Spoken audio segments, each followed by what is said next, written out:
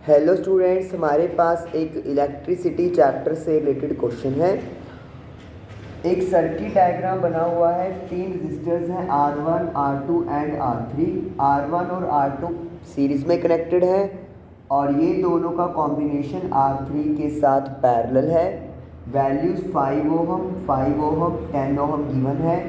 एक बैटरी लगी हुई है 10 वोल्ट की जो करंट I फ्लो करवा रही है। और सर्किट में क्या होगा, ये जो करंट I है इस पॉइंट पे जाके दो हिस्सों में डिवाइड हो जाएगा, I1 एंड I2। यहाँ पर भी करंट I1 और यहाँ पर I2। तो जब ये वापसी पे जाएगा तो दोबारा से करंट I बन जाएगा। हमें फाइंड करना है सबसे पहले इक्विवेलेंट रेजिस्टेंस यानी टोटल रेजिस्टेंस।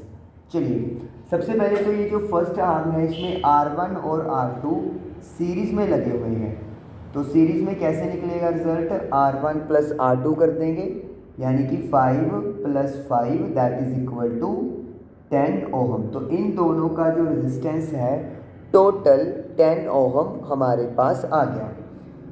इन दोनों का रेजिस्टेंस दैट इज RS और ये वाला रेजिस्टेंस R3 ये पैरेलल में जुड़े हुए हैं, तो इनका रेजिस्टेंस कैसे निकलेगा, 1 by RP is equal to 1 by RS plus 1 by R3। RS की वैल्यू 10 है और R3 की वैल्यू भी 10 है, तो मतलब हमने दोनों वैल्यूज़ यहाँ पर पुट कर दी।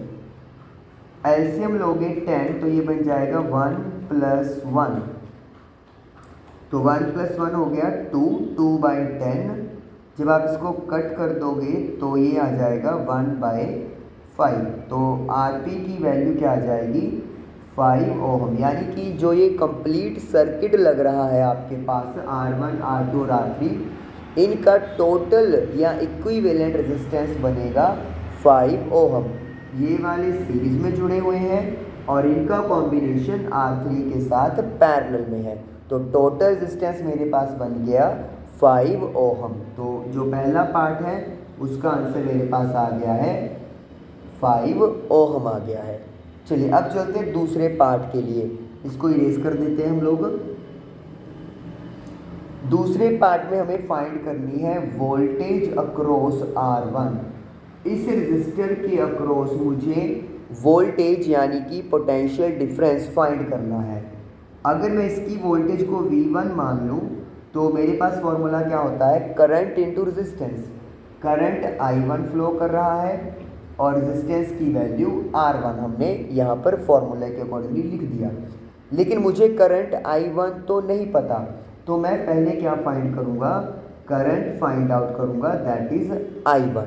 अब देखिए ये जो रेजिस्टर्स हैं इन दोनों का जो कॉम्बिनेशन है वो पैरेलल में जुड़ा हुआ है, तो मतलब जो टोटल वोल्टेज है वो यहाँ पर V आएगी अगर इन दोनों को अपन इकट्ठे टेक ओवर करेंगे। और रेजिस्टेंस जो है वो दोनों का अगर कंसिडर करेंगे तो RS होगा क्योंकि दोनों सीरीज में लगे हुए हैं।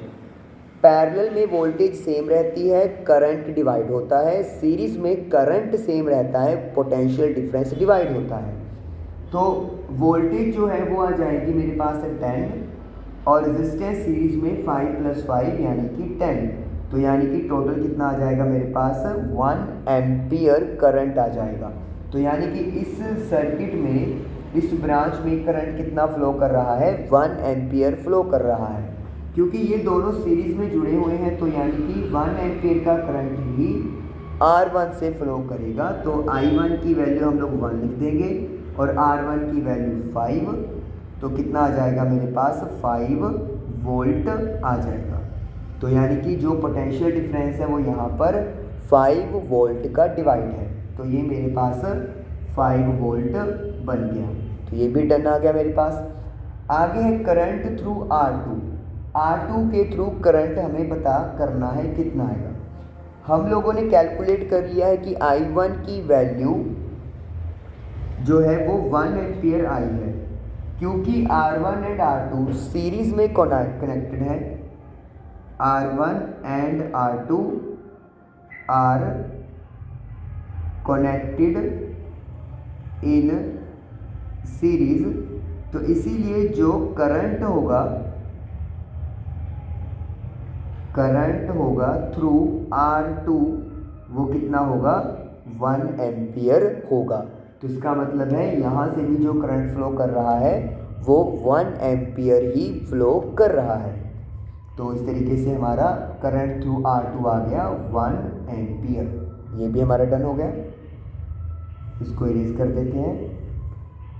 Next is power consumption in circuit. कितनी पावर खर्च हो रही है वो हमें पता करनी है। पावर के हमारे पास टोटल 3 फॉर्मूले हैं, वी आई,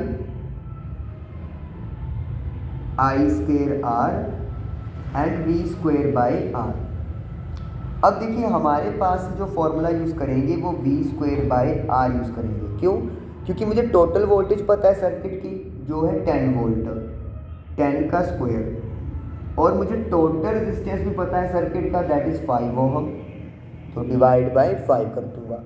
मैं करंट का फॉर्मूला भी यूज़ कर सकता हूँ, लेकिन उससे पहले मुझे टोटल करंट निकालना पड़ेगा। तो अगर आप वो करना चाहते हो तो वो भी कर सकते हो, अदरवाइज सिंपली आप वी स्क्वेयर बाय आर का फॉर्मूला यूज़ करें। कटिंग कर देंगे तो 2 इंटू 10 कितना आ जाएगा, 20 वोट आ जाएगा। तो ये पूरा सर्किट 20 वोट पावर की कंजप्शन कर रहा है और यही हमने फाइंड आउट करना था। Thank you.